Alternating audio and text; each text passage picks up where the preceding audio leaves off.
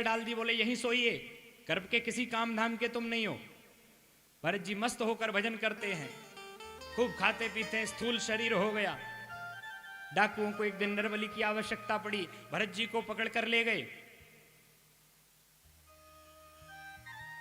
लेकिन भरत जी ब्रह्मज्ञानी हैं, पता है यह मेरा शरीर है, यह मैं नहीं हूं, इस देह के प्रति कोई आसक्ति नहीं है। सो महाराज चुपचाप आंख बंद करके डाकुओं के साथ चले गए। डाकुओं ने पहले खूब खिलाया पिलाया,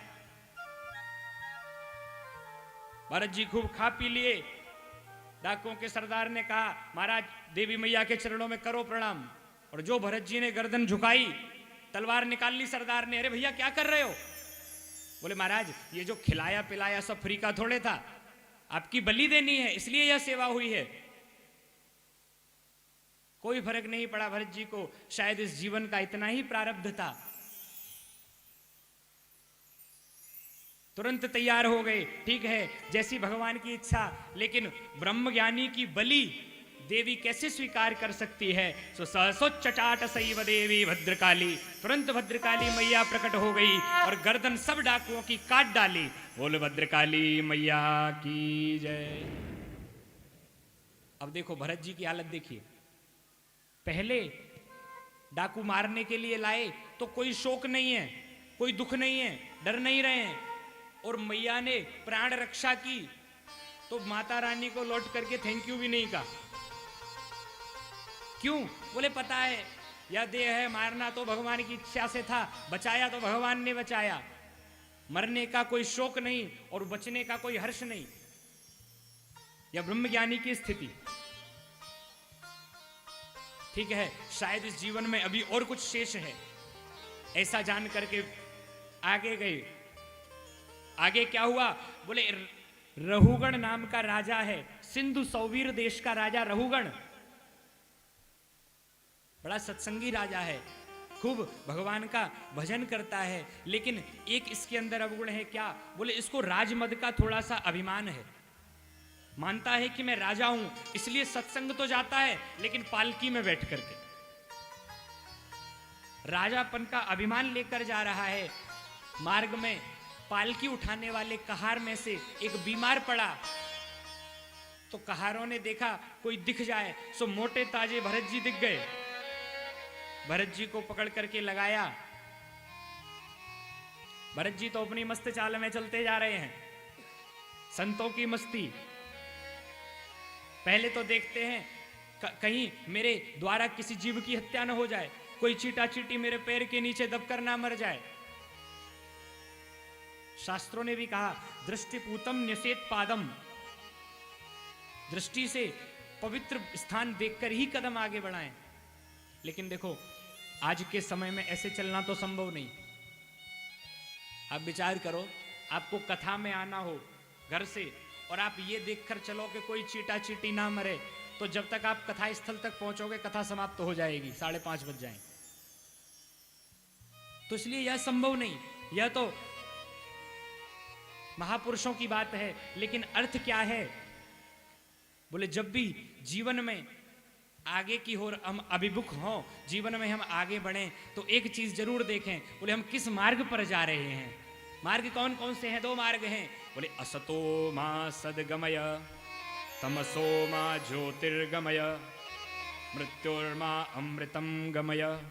हम अज्ञान मार्ग से ज्ञान मार्ग की ओर चलें, यह भरत जी का भाव है। चलने से पहले देखें जिस कार्य में हम जा रहे हैं उसमें कुछ असत्य तो नहीं है, किसी की अवहेलना तो नहीं है, किसी की निंदा तो नहीं है। क्या हमारा वह कार्य हमें भगवत प्राप्ति की ओर ले जाने वाला है अथवा भगवान से विमुख करने वाला है? इतना सा चिंतन है। तो भरत जी चले। भरत जी जो टेढ़ी मेढ़ी पालकी चली, रहुगण थोड़ा लड़खड़ाया, तुरंत पालकी से बाहर निकल के डांटा, हे बोडार साध्वत क्रमत किमित विषमुयते यानम। ए मूर्ख, तुमको पालकी चलाना नहीं आता क्या? कैसे पालकी चला रहे हो? बाकी जो कहार लगे हुए थे राजा के, उन्होंने सोचा बोले इसके चक्कर में हमको भी दंड मिलेगा। सो कह दिया राजन, ये जो अभी लगाया ना मोटा ताजा बाबा, इसको नहीं चलानी आती, हम तो ठीक चला रहे हैं। अब रहुगण जो भारी भरकम शरीर देखा ना भरत जी का, तो उपहास करने लगा, अच्छा ये श्रीमान जी पालकी नहीं चला पा रहे तो चलाएं भी तो कैसे, देखो बेचारे कैसे 1.5 पसली के हो रखे हैं, इनमें जान भी तो नहीं है बेचारे में, व्यंग कर रहा है। भरत जी तो अपनी मस्त चाल में चलते जा रहे हैं। क्रोधित हुआ रहुगण, कहा ए दुष्ट, राजा का अपमान करता है, ऐसा दंड तुझे दूंगा जैसा यमराज पापियों को देते हैं, ठीक कर दूंगा एकदम। अब भरत जी के मन में, अब तक भरत जी कुछ नहीं बोले, लेकिन अब लगा, बोले बोलना पड़ेगा। क्यों? बोले हम नहीं बोले तो यह बोलता चला जाएगा, और यह बोलता चला तो यह मेरी तो क्या निंदा करेगा, यह मुझे क्या गाली देगा, मैं तो, यह केवल आत्मा हूं, यह केवल मेरे शरीर को गाली दे सकता है, लेकिन मुझे ब्राह्मण को गाली देने के कारण यह नरक का भागी बनेगा, इसको नरक से बचाना है तो मुझे बोलना पड़ेगा। इसलिए अब भरत जी बोले, भरत जी क्या कह रहे हैं, बोले स्थौल्यम कार्श्यम व्याधय आधयश्च शुत्रेड भयम कलिरिक्षा जराच निद्रारतिर्मन्युरहं मदशुचो देहे न जातस्य हि मे न संति। राजन तुमने ठीक कहा, तुमने कहा मुझे दंडित करोगे तो तुम मुझको क्या दंड दोगे, परंतु तुम्हारी सब बातें इस शरीर के लिए एकदम घटित होती हैं। क्यों? बोले स्थौल्यम कार्श्यम व्याधय आधयश्च, मोटा होना, पतला होना, आधि, व्याधि, भूख, बुढ़ापा, प्यास आदि ये सब जो विकार हैं, ये सब केवल शरीर मात्र के हैं। जो देहाभिमानी हैं, जो इस शरीर को ही अपना मान बैठे हैं, वही इन सब से प्रभावित होते हैं। मैं कौन हूं? बोले मैं इन सब से सर्वदा निर्विकार हूं, मैं इन सब से रहित हूं, मैं नित्य आत्मा हूं, मुझे यह सब द्वंद्व प्रभावित नहीं करते। और राजन तुमने कहा कि तुम जीते हुए भी मुर्दे की भांति विचरण कर रहे हो, तो एक बात बताओ, इस संसार में सब मुर्दे ही तो हैं, प्राण निकलने में कितनी देर लगती है? किसी को हम जीवित कहें और जीवित तब बोलें, तब तक तो वो मुर्दा हो जाए कुछ भरोसा नहीं। तो इसलिए सब मुर्दे ही हैं इस संसार में। अब तो महाराज रहुगण समझ गया कोई ब्रह्म ज्ञानी है, मैं इसे साधारण महात्मा समझ बैठा हूं। एकदम पालकी से उतरा, चरणों में गिर गया, महाराज आप कौन हैं? आप जरूर कोई ब्रह्म ज्ञानी हो, कहीं मेरा कल्याण करने के लिए स्वयं कपिल भगवान तो नहीं आए? क्यों? बोले मैं किसी से नहीं डरता, मैं किसी से नहीं डरता, डरता हूं तो केवल एक चीज से।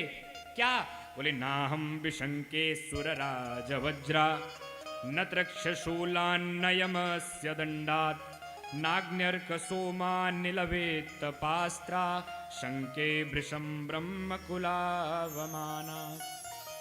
मैं किसी से नहीं डरता, एक बार को भगवान महादेव भी आ जाए तो मैं उनसे भी 2-2 हाथ कर लूं, तो डरते किससे हो? बोले महाराज ब्राह्मण कुल के अपमान से मुझे बड़ा डर लगता है, मेरे द्वारा कभी किसी ब्राह्मण का अपमान न हो जाए। और आपके कंधे पर मैं जो सूत्र देख रहा हूं, इससे प्रतीत हो रहा है आप अवश्य कोई ब्राह्मण देवता हैं। आपकी वाणी मुझे बड़ी अमृतमय प्रतीत हो रही है, लेकिन मेरा एक संशय है। क्या? बोले महाराज आपने कहा कि आपको कोई द्वंद्व प्रभावित नहीं करते, सुख दुख कुछ आपको प्रभावित नहीं करता। ये बात मेरी समझ में थोड़ी कम आई। क्यों? बोले देखो महाराज, शरीर है, शरीर में कष्ट होगा तो इंद्रियों को कष्ट होगा, इंद्रियों को कष्ट होगा तो मन को कष्ट होगा, और उसी मन के भीतर देह में विराजमान आत्मा भी तो है, तो उस आत्मा को कष्ट क्यों नहीं होगा? और उदाहरण क्या दे रहा है रघुगण? बोले स्थाल्यग्नितापात वयसो भिताप तस्ताप तस्तंडुल गर्भरंद्रि देहेन्द्रियाश्वाशय सन्निकर्षात् तत्संस्कृति पुरुषस्यानुरोधात्। उदाहरण दे रहा है महाराज, हमने चूल्हा जलाया, गैस जलाई और गैस के ऊपर हमने सबसे पहले बटलोई रखी, आपकी भाषा में कहें कुकर रखा, और उस बटलोई में जल डाला, जल के अंदर चावल डाला, और जब हमने गैस जलाई, चूल्हा जलाया, तो महाराज सबसे पहले अग्नि बटलोई को गर्म करेगी। बटलोई गर्म होगी तो थोड़ी देर में उसके भीतर का पानी भी खौलने लगेगा, और पानी खोलने लगेगा तो थोड़ी देर में उसमें पड़ा हुआ चावल पकने लगेगा, और कुछ समय में चावल सिद्ध हो जाएगा। कहना क्या चाहते हो? बोले महाराज बस मेरा इतना प्रश्न है कि जैसे बटलोई के भीतर पड़ा चावल पक गया, वैसे ही इस शरीर के भीतर विद्यमान आत्मा भी तो है, तो सांसारिक कष्ट आत्मा को क्यों नहीं प्रभावित करते? भरत जी हंसे। अको विदह को विदवाद वादान। राजन, हो तो तुम एक नंबर के मूर्ख, पर थोड़ा बहुत सत्संग कर लिया है, इसलिए केवल ज्ञान ध्यान की बातें करना सीख गए हो। देखो, जिन तत्वों को तुम आत्मा के साथ घटा रहे हो, ये सब सावयव पदार्थों के दृष्टांत हैं, जो विकारों से प्रभावित होने वाले हैं। आत्मा सर्वथा निर्विकार है, निर्वयव तत्व है। अच्छा महाराज, आत्मा सर्वथा निर्वयव है, तो फिर हम रोते क्यों रहते हैं? हमें दुख क्यों होता है? हम बहुत दुखी हैं, हम चिल्लाते रहते हैं, जबकि हमारा कोई कुछ बिगाड़ ही नहीं रहा है। भरत जी कहते हैं ये सब व्यक्ति के मन का खेल है। हमारे मन के अनुकूल कोई कार्य हो रहा है तो हम स्वयं को सुखी मान लेते हैं, और मन के प्रतिकूल कोई काम हुआ तो हमने खुद को दुखी मान लिया। जिससे मन लगा हुआ है उससे हमको पीड़ा होने लगती है, और जिससे हमारा मन नहीं लगा है तो महाराज उसको वो जिए मरे हमको कोई प्रभाव नहीं। उदाहरण लो, सुबह सुबह आप सब अखबार पढ़ते हो, खूब चाय की चुस्कियों के साथ अखबार पढ़ रहे हो। परसों हमने कल अखबार में टीवी पर भी देखा, एक भीषण अग्निकांड दिल्ली में हुआ, जिसमें 40-45 लोगों का शरीर शांत हो गया। भैया कोई खबर आपने अखबार में पढ़ी,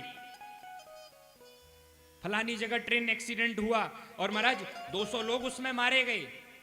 आपने देखा, चाय की चुस्की लेते जा रहे हो, पन्ने पलटते जा रहे हो, एक्सीडेंट हुआ, एक पल को थोड़ा सा लगा और फिर पन्ना पलट दिया, कोई प्रभाव नहीं पड़ा, ठीक है, हो गया।